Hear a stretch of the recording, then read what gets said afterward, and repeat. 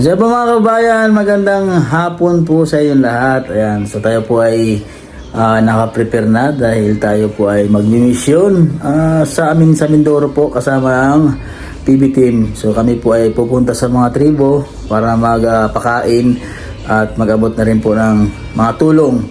Ayan, so meron na po tayong mga na-order na kulambo na ship na po doon ni Kuya GR, mga kabayan, nasa amin na po dahil kung dito po manggagaling, bubuhatin pa namin papunta po doon. Isasakay pala, kaya bubuhatin.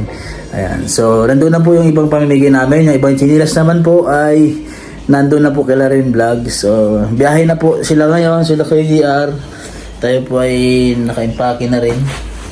For the go na tayo para sa gagawin po nating mission na Mindoro po. Iikot po kami ng buong Mindoro, mga kabayan, pag misyon at lahat po naming madadaanan na wala mga chinilas na mga tubo ay bibigyan po namin ng chinilas. Ayan, so maraming salamat po sa inyo at abangan nyo po yung aming mga vlog sa gagawin po naming mission. Ayan, siyempre mga kababayan, maraming salamat po sa inyo. Ako po ay magbabiyahe po muna.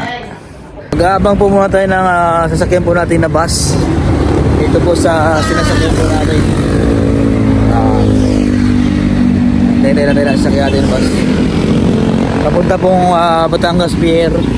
Galing po dito sa amin, papunta doon. Siguro po ay mga 1 hour mahigit.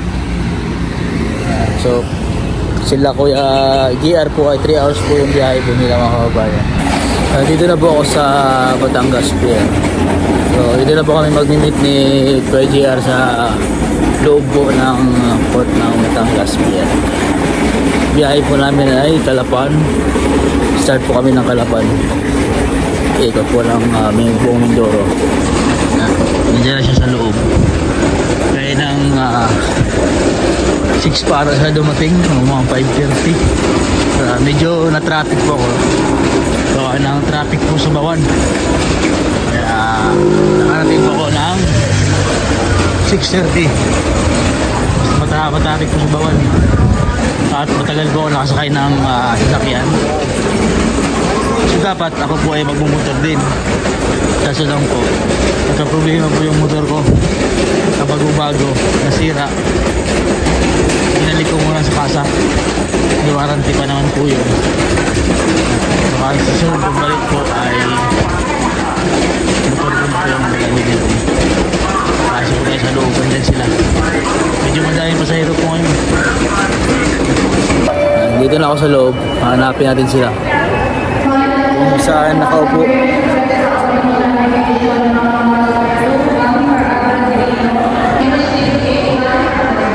Dito daw sila banda nakaupo. Baka hindi sa kainan.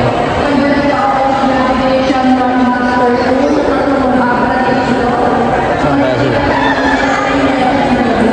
Ayun o, Calapan.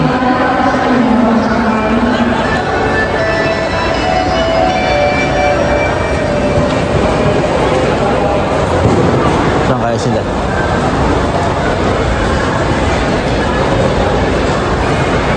Hanapin natin kung saan sila nagtambay. Nakita ko sa picture kanina sa kainan. Saan?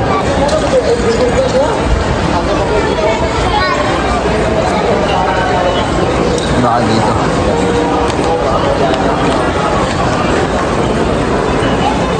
Hanapin ko sila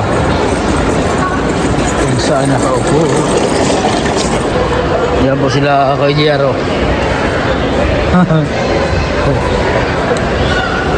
Piliin tayo. Ayan siya.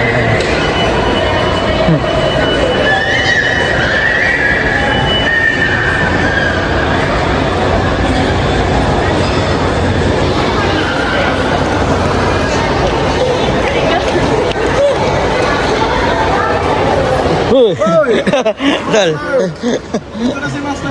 Si Riring. Kailan ka pa dumating? Ngayon, umikot lang ako. Kailan ka pa namin hintay? Parang hapon lang, nasa Siargao ako eh. Grabe ka, para mo lang, ginawa mo lang. Si Master Riring. ano na to, nagpa-vlog to 30 years. Oh, grabe ka. Sir Jake, sino Ayos kasama lang. ko nung namigay ako ng... Ngayon ka lang, taga saan ka tol? Taga saan ka? Manila po. Ah, Manila. Mga taga Manila. Huwag kang mga po dyan, maliit pa yan. Oh, Manila. Oy! Oh, nga, oy!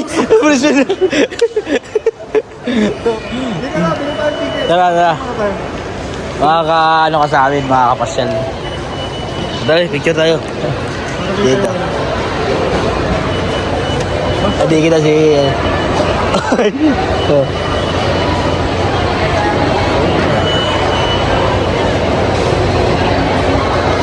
Ayan.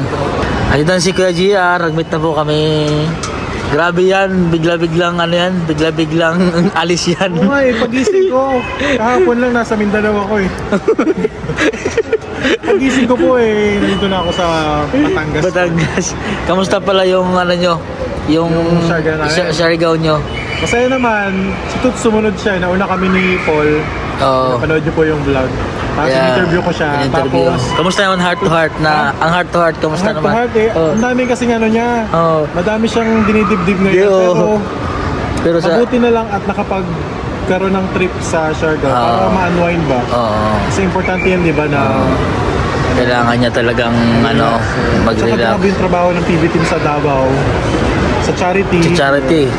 Yung sinasabi nilang pinuntahan, yung pinigilan yung kasal, akala nila malapit yun. Sobrang layo nun. Sobrang layo nun. Nasa 8 hours to atang biyahe nun kasi nakapunta na kami dun. Yung sobrang... Tsaka ano, kahit hanggang gabi, nag-vlog sila doon. Oo. Sila. Para makuha nila yung story para story, sa inyo mga kung ano yung kaganapan. Yeah. So ngayon, saan kayo naghiwalay-walay? Sa... Naghiwalay kami kasi dapat si Paul at saka si Toots kasabay na namin uuwi kahapon. Oo. Kagabi sa Manila. Pero anong nangyari po, si Paul nag-decide siya na bumalik muna ng Davao. Davao. So may transiting flight kami to Cebu. Sa Cebu kami naghiwalay ng flight. Kami ni Toots, Manila, Oo. si Sir Paul uuwi ng Davao. Davao. Tapos may mission din sila this morning. Oo. Tapos si Toots naman, pauwi na ulit ng Mindoro at ako ng Talawtaw. At ako naman, kasama ko na mamaya, si Renz at saka si Matt. At saka yung pa natin friend. Yes. So, charity event to. So, Oo. kung nag-charity po sila sa Davao, kami din. Kami din, Mindoro. sa Mindoro, charity. Oo. Ngayon, makikita nila yung lugar na pupuntahan natin. Makikita nyo po, Yan. kung nakita nyo po yung Lubang Island nung March. Oo. Ngayon po, ito namang mainland Mindoro po Mainland. yung makikapakita. At taga dito po sina Oo. Master at si Renz, Friends, diba? yan, taga So, dito. papakita niya po sa inyo kung ano yung mga, nila namin sa inyo kung ano yung mga magagandang lugar. Tapos siyempre, diretso tayo sa pagcha-charity. Charity, syempre. Yeah. Yun yung number one priority natin. Kaya Oo. tayo nag-enjoy. Ginagawa po natin yun. Tsaka may mga sponsors tayo. Yes, yeah. Thank you sa mga sponsors na tumulong sa amin. Ayan. Thank you sa Kaya hintay lang namin yung ano namin. 8 yung barko Ano namin. boarding gate ba yun? Dito ba? Oh, dito. Ayan oh. Asanay ka na dito, no? Alam mo na, no? Oo. Ayan. So, ano siya. Ayan oh. Sila kasabay natin? Hindi. Hindi, iba-ibang lugar 'yan. May yung Ujungan, may may Iloilo, Paradilog, May Katiklan, di ba? Katiklan. Master, what if mag-Boracay na lang kaya tayo? Huwag na natin ituloy. Uy, mayroon na tayong mga ano doon. Uy, yung hindi pala. Hindi naman. Boracay na lang kaya tayo. Hindi na itutuloy. Hindi matuloy yung Kasi mission. ito na yung biyaheng Boracay eh. Oo, Kasabay meron. sa Boracay na tayo. Meron dito. Puro kain na kami. Sige, papalitan natin yung ticket. Oh, palitan. Ayan, sagite po kami ng barko namin. Masakay na po kami ng barko. Montenegro, Santa Edita.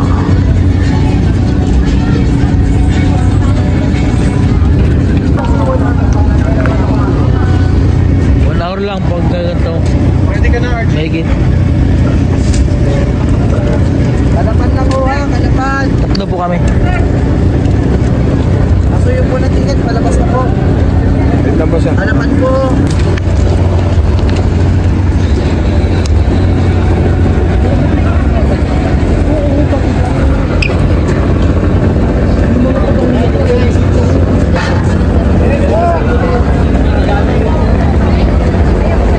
Pasahero, madaming pasahero. Malagay ng mga gamit. Yung mga bibigat, yung mga malita. May bigat. Oo. Oo. Then, Ayan, sa taas na. Ayan, so nakasakay na po kami ng barko. Meron na naghihintay sa atin dun. May pa-bouquet si May Rin Vlog. pakig pa ka mo. May pakig pa si Rin. Eh, joke ko sana eh. Huwag mo na kaming anuhin ng banda. Huwag mo na sulubungin May naman. pasabit pa sa Bulacan. Yung sa taas, wala siyang upuan. Free lang doon, gala-gala sa taas. So, view lang. So, pasyal tayo. Ang gala ko. Okay, good. Pasyal tayo sa taas. Kamalinis siya na barko. Tugo na sinakyan namin, no? Papuntang Davao.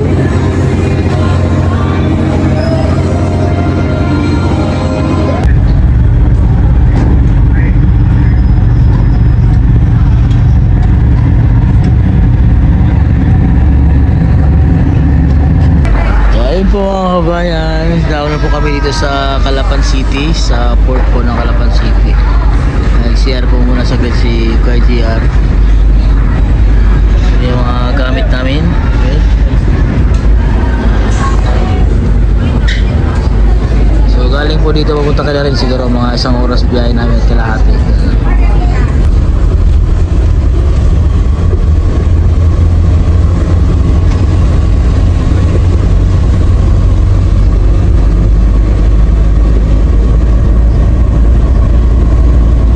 Yan, so po mga kabayan, nakarating na po kami sa bahay po na Rin Vlog. So, alas 2 po kami na madaling araw dumating.